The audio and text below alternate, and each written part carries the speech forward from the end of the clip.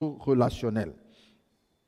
Ensuite, la loi de la confiance.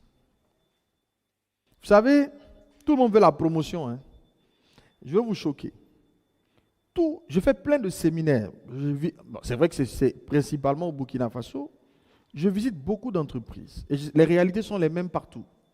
Je vois des gens très techniques, très forts, mais très aigris. Quand tu es trop fort même, tu risques de te finir aigri dans la vie. Quelqu'un qui est trop technique, le risque qu'il termine aigri est très élevé. Vous savez pourquoi? Parce qu'ils deviennent arrogants. Ils commencent à avoir des espèces de droits.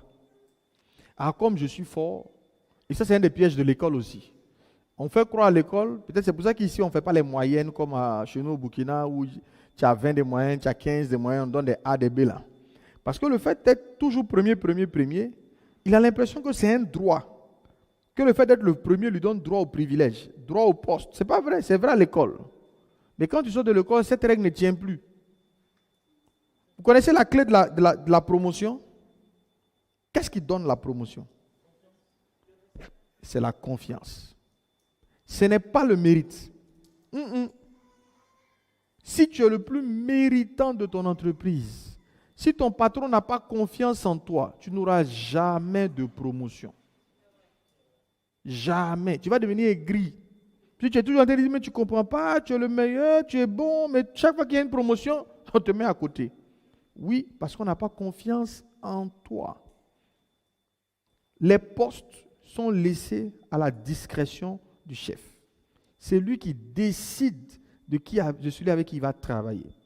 Et le critère de choix, 2 agents moyens, même niveau.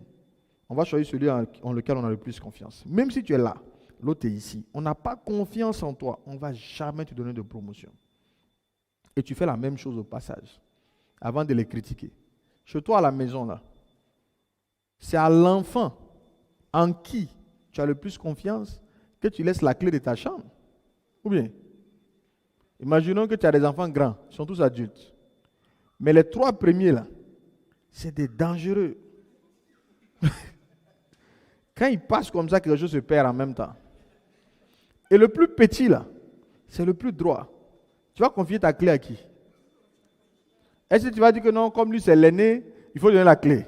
Non, tu donneras la clé à celui en qui tu as confiance. C'est la même chose en entreprise. Et les gens techniques ne prennent pas le temps de construire une relation de confiance. Ils pensent que le fait d'être bon suffit. Non, ça ne suffit pas. Il faut bâtir cette relation. Et ça demande de connaître son patron, de connaître ses peurs, ses joies, de trouver les clés. Et ça se fait de manière informelle. La confiance ne se construit pas en entreprise, non, c'est en dehors de l'entreprise. C'est dans l'informel que ça se construit. C'est dans l'amitié.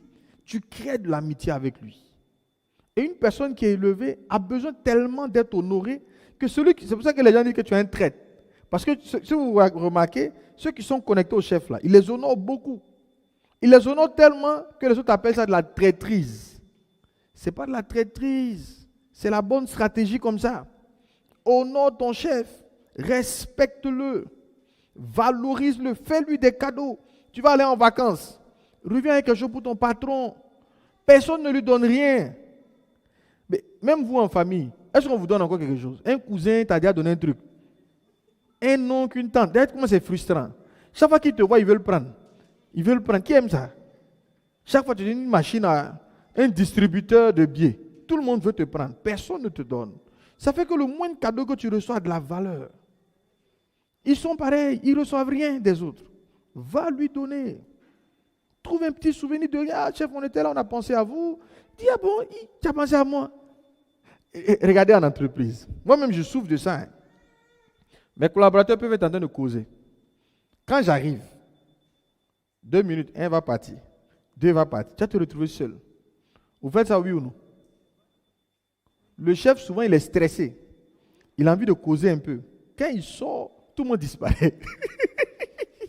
Et il est constamment seul. Il est frustré. Il est frustré. Il n'a personne avec qui partager. Parce que les gens le fuient. Pourtant, il a des problèmes aussi. Mais il n'a pas de problème d'argent comme toi. L'argent qui est en bas, lui a un problème d'argent. Il veut l'argent. Il a un besoin d'appartenance. Il veut qu'on le respecte, qu'on l'honore, qu'on le mette dans le secret. Mais le chef qui est en haut, il n'a pas ces besoins. Lui, il a plutôt un besoin d'estime, d'honneur, de respect. Donne-lui. Dis à ton voisin, donne l'honneur à ton patron.